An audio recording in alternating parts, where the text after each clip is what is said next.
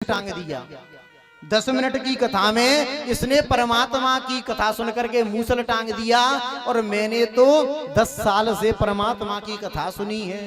10 kilometre पैदल चल चल करके कुसक में, हसनपुर में, बड़ौली में दूर दूर जा करके परमात्मा की कथा सुनी है। अरे इसने तो मूसल टांगा है, मैं तो पति को ही टांग दूंगी।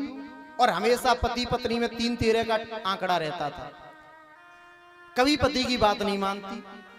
आज जैसे ही उसने देखा और कहा, सुनो स्वामी, आज मैं धान कूटूंगी, मेरे बगल में लेट जाना और पानी मांगना। अब बेचारा वो घबराने लगा कि अब प्राण बचने वाले नहीं है। अब जैसे ही उसने सोचा कि इसने तो अरे मूसल टांगा है, आज मैं देखती हूँ कैसे नहीं मेरा मूसल रुकता। अब बेचारा डर रहा था कि सो तो जाऊंगा, लेकिन मालूम नहीं क्या होगा। और हमेशा पति से झगड़ा करती थी। अगर कहीं पति बेचारा घर पे ये कहता कि देवी आज कथा मत सुनने जाओ, कल चली जाना, तो पट्टी में 4 चांटे लगा करके पति को बंद करके कथा सुनने जाती थी। लेकिन आज जैसे ही पति से कहा, स्वामी बगल में लेट जाना, 4पाई पे मैं धान कूटूंगी, बेचारा धान कूटती और पति की ने देखा कि ठंडी हवा चली है, बेचारा सो गया।